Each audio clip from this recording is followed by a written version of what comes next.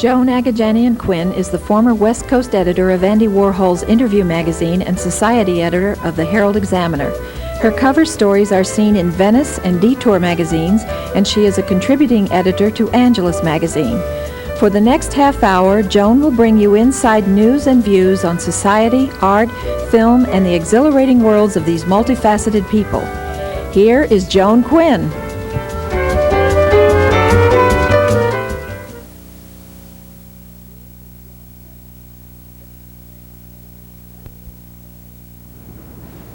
With us today is actor Eric Douglas and the editor of LA Style magazine, Joie Davidow.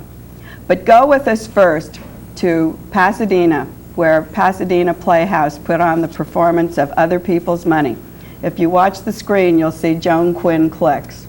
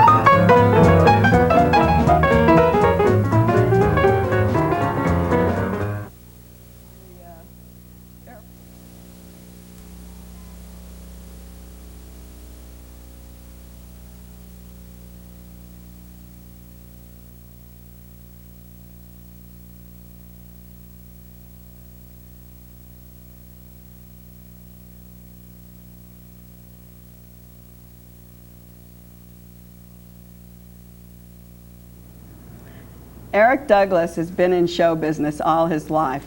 As the son of actor Kirk Douglas and the brother of Michael and Peter, Eric has a mother, Ann Douglas, who is a very, very strong, wonderful woman who I think has kept the family all together.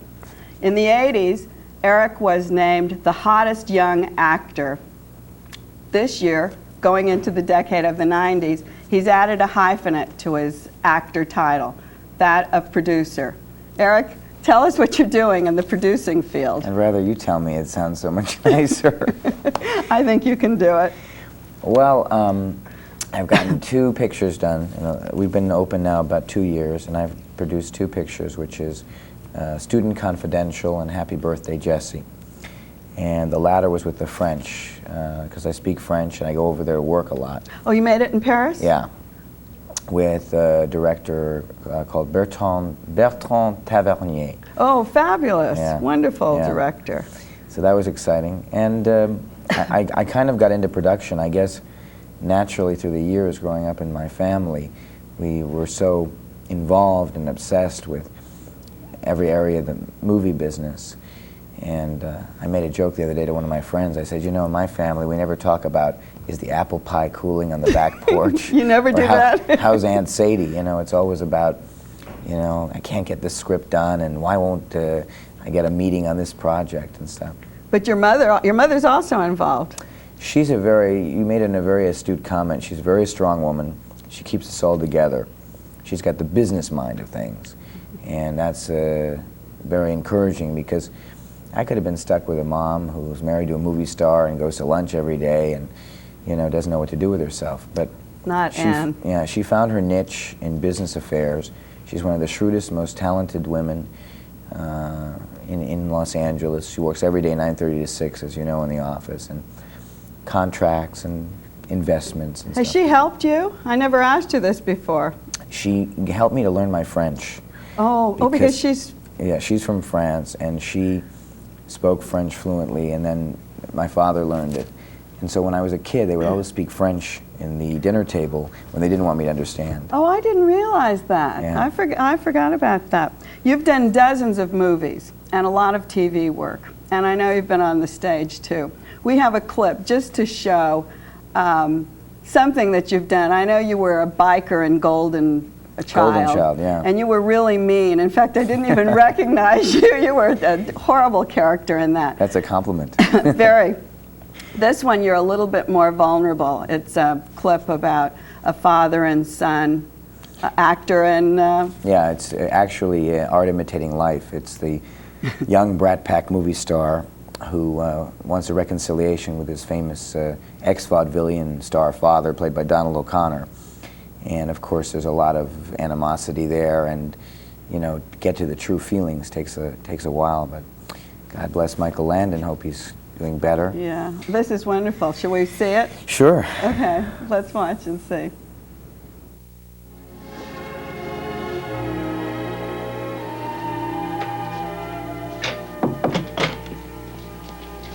Hey, mind if we come in? You're in, aren't you? Your father of yours is quite a character, isn't he? Yeah, he's a character, all right. Never been much of a father, but he's a character. You know, when I was growing up, we never had talks. Dad just did his routines. Mom and I watched. If I had a problem, I had to talk to Aunt Jackie. Never my father. Come on, that's all in the past. In the past, he's pulling the same garbage. Come on, man. You saw what he did. You were there. All right, I saw what he did. Look, you're a successful actor now yourself. I think it's a little hard for your father to take. Come on, why don't you relax a little? Don't let him get to you so much. He gets to me. What can I say? He's a clown. Don't you think you're being a little hard on him? Look, what are you in here talking to me for? Why aren't you setting him straight? Hey, I intend to talk to him. He's just a little nervous now, that's all. Try obnoxious. Come on, look, this is the first dramatic play your father's ever been in. It's just gonna take him some time to get into it. By putting on a dress? I'll take care of your dad, I promise you. Meanwhile, I have to know I can count on you. I got people lining up to see this play. I want it to be a great one. You know why people are lining up to see this show? To see me, Rhett Clark. Not some washed-up old comedian who dresses up like a woman.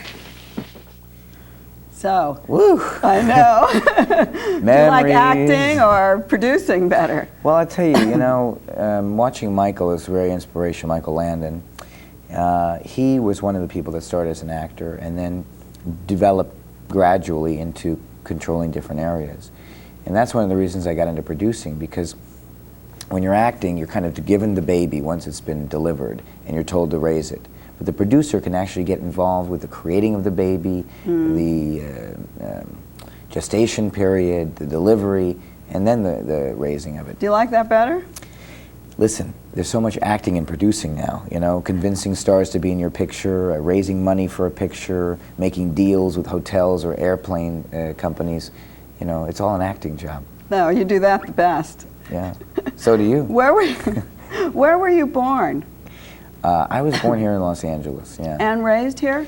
I was raised here, but always with a real European flair. So I think that's where I got my hunger to go to Europe, which is where I've been for the last 3 years. Yes, I know you've lived in different parts of the world. I know you lived in London and in New York. Tell us what you were doing when you were in London.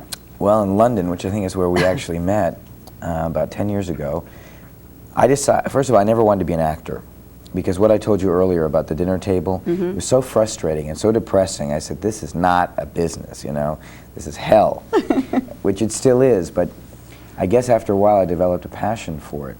And how I found out is I enjoyed public speaking. I enjoyed getting up in class to speak aloud. Oh, so yeah. when I turned that into acting, I decided I don't want to stay in LA, I want to go to drama school in England, get away from it, and find out if that's really what I want to do. That was your first foray into it?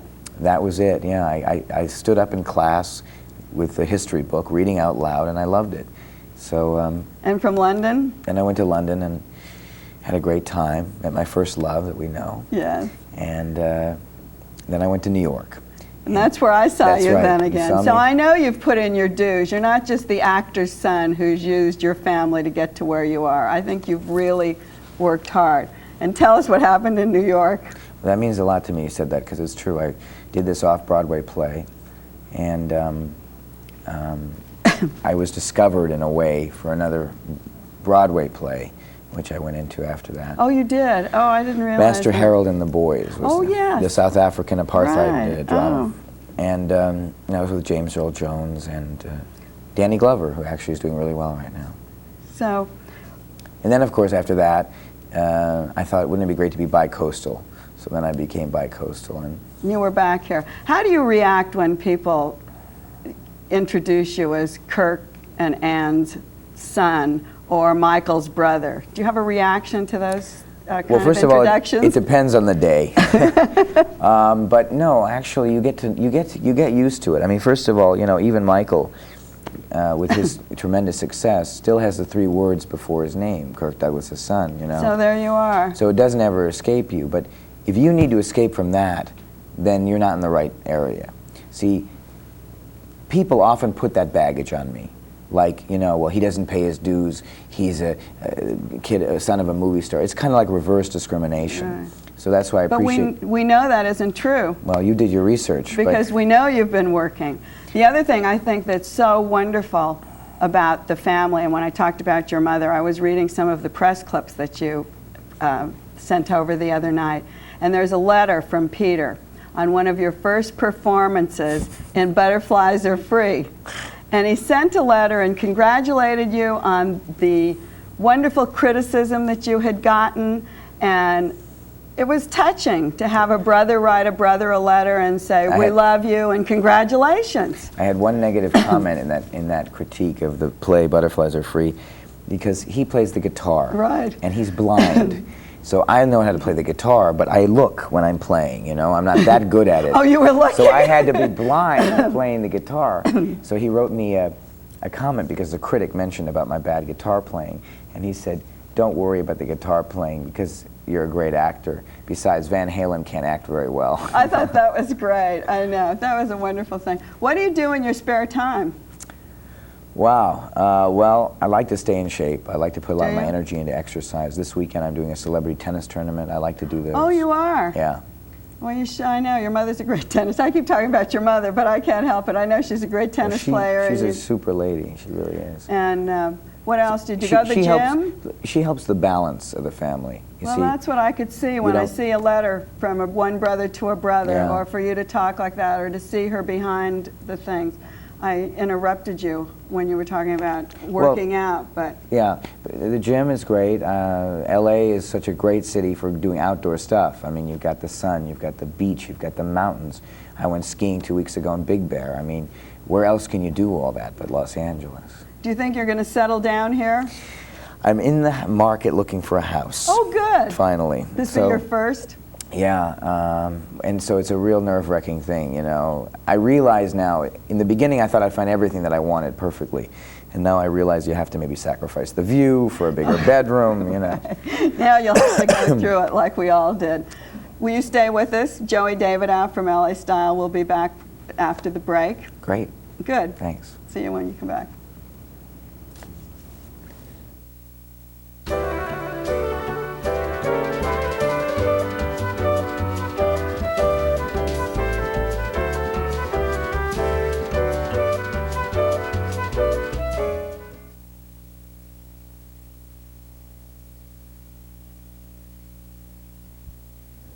Joie Davidow is editor-in-chief of LA Style magazine. Not only is she editor, but she holds the title of founding editor. Let's find out how you got that title and when you got it. Well, you know, I never really held a job in my life. I think I'm unemployable, so every job I ever had, I kind of had to start for myself. So I gave myself good titles all along, you know. That's how it started. Right. But you were with LA Weekly in the beginning. Right, I was one of the founders of LA Weekly, and then as LA Weekly became successful, I, you know, convinced the board to give me the money. And you started a And I magazine. started LA Style. Yeah, it was getting too easy at LA Weekly. I wasn't working hard enough. I wasn't suffering. But how do you depict, or what did you want to show in LA Style? Well, you know, when I was doing LA Weekly, I had a style column, and I became very frustrated about what I could do in the newsprint format in black and white. And I wanted to be able to do something much more visual and dramatic.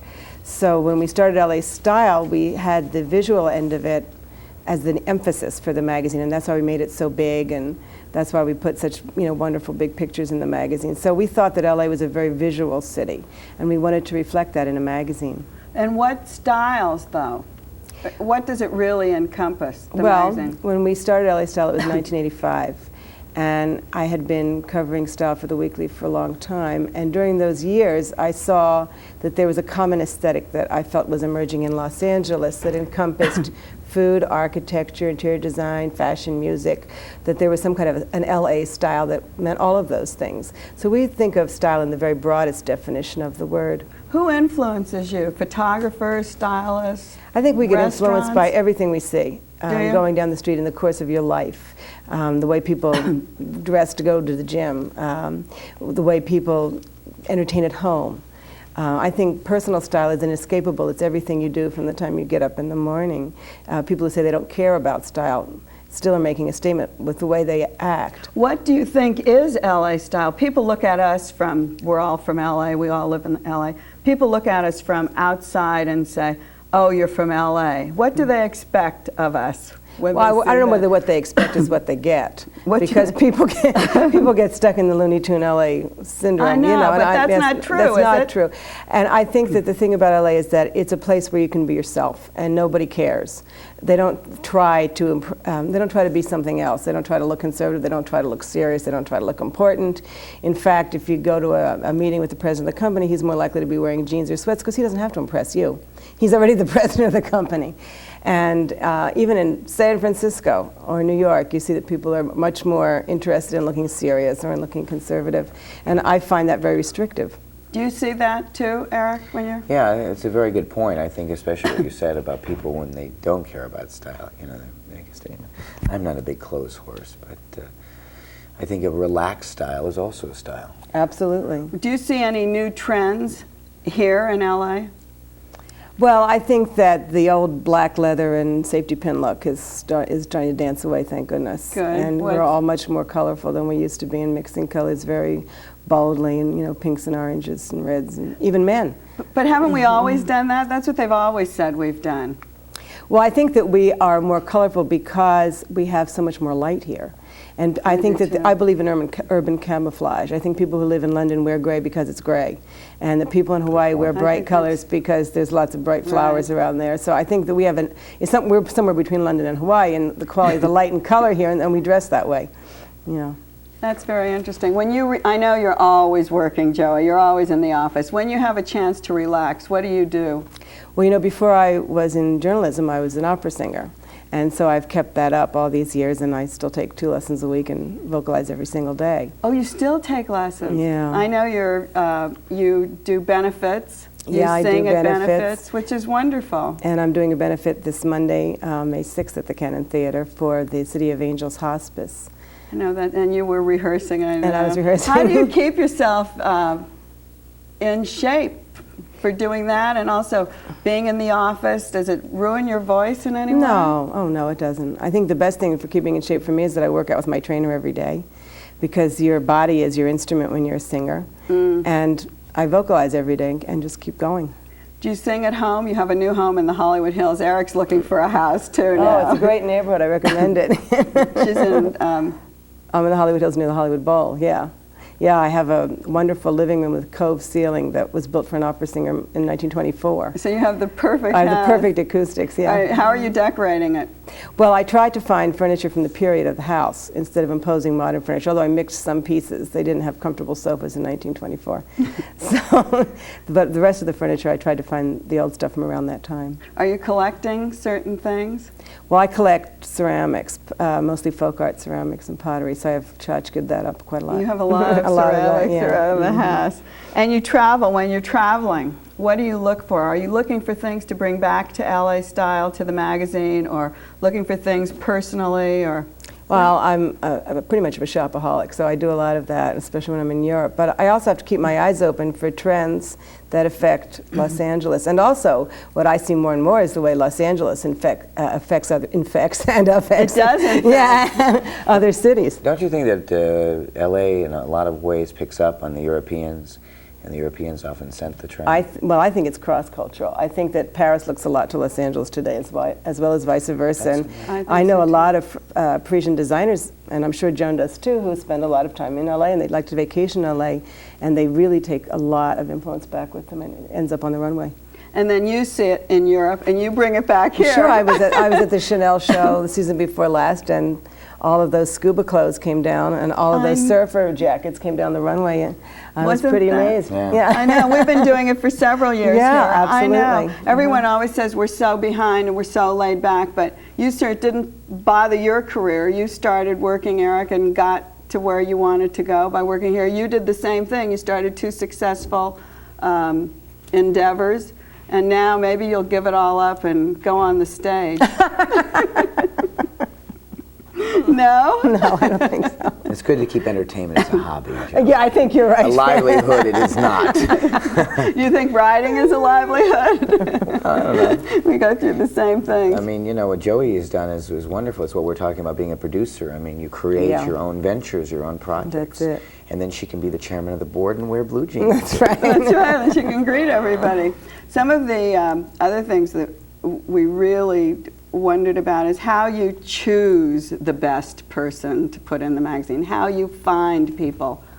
It's hard because you have to be exactly current. You can't be so far ahead that nobody's interested in that yet, and you can't do it the same month everybody else does either. Now that's the thing. Yeah. How do you know if it's the same month as everyone else? You don't. You have to just kind of go on your instincts. And I try to find out what I think is going to be a hot movie before I can even see the screening, because I have to, I mean, that's really hard. And figure out whether that person is going to be at the beginning of you try to get people at the very beginning of the burst of their career. That's, I think, when they're most interesting to our readers. Same thing about restaurants or clubs. How do you write about clubs? They come and they go so fast.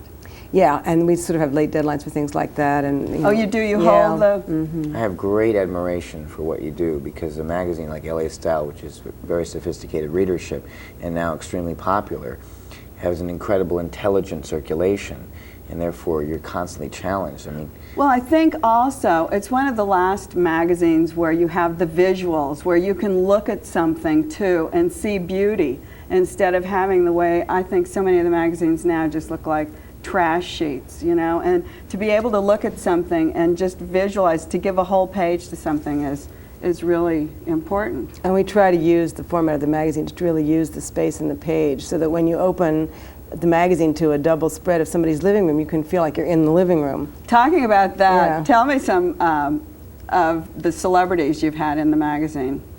Oh God, it's such a long list, and I don't Give even know us where a to start. few. tell us about somebody in a particular story. Well, I can't name a name, but years ago... We never get the names. Years ago, we had to do a cover line for somebody that we were sure was going to get nominated for an Academy Award, but we had to close and send it to the printer before the nominations were announced. And we knew that it would be much more impactful if we said, Academy Award nominee, da-da, you know, than if we just said this guy's name. And so we had to go like, is he going to get it? And what'd you do? And he did. He got. We put it on there. He got it. We You held put our it breath. on? Yeah. That was good. that's a But what, do you have trouble going into celebrities' homes? No, you know, I mean, not really. Do they want to be in, or do you? Well, people want to be in, especially if it's, well, as Eric knows, if it's the month when you're promoting your movie, and you're going to come out the month the movie comes out, they're happy, you know. Otherwise, sometimes it's hard. No, I was just saying, do you do covers with them, or do you? No, we don't do covers with celebrities usually. Yeah. What's your circulation now? It's quite big. It's around 100,000. Wow. So, but it really basically depends on what somebody wants to get into. Sure, if they've got something to sell. And in a way that works for us too, because that's the month your reader wants to hear about them too. Do you have any favorite designers in LA? People look, you know, they don't realize that we have a big fashion industry in Los Angeles. We really have an enormous fashion industry in Los Angeles, and there's a lot more manufacturing going on in here than there is in New York today, so that's part of it. We haven't had so much designers who are influential. to the rest of the world. What we do is take very important trends from around the world and distill them and make them very accessible and very wearable. So I think that's the... Do they keep their manufacturing going? I mean, I think there's such a turnover rate of designers. Do they go back and work with people in New York? No, I think they stay here. Do they stay? Yeah, and there are some designers who just prefer life here. You know, like Robin Picone.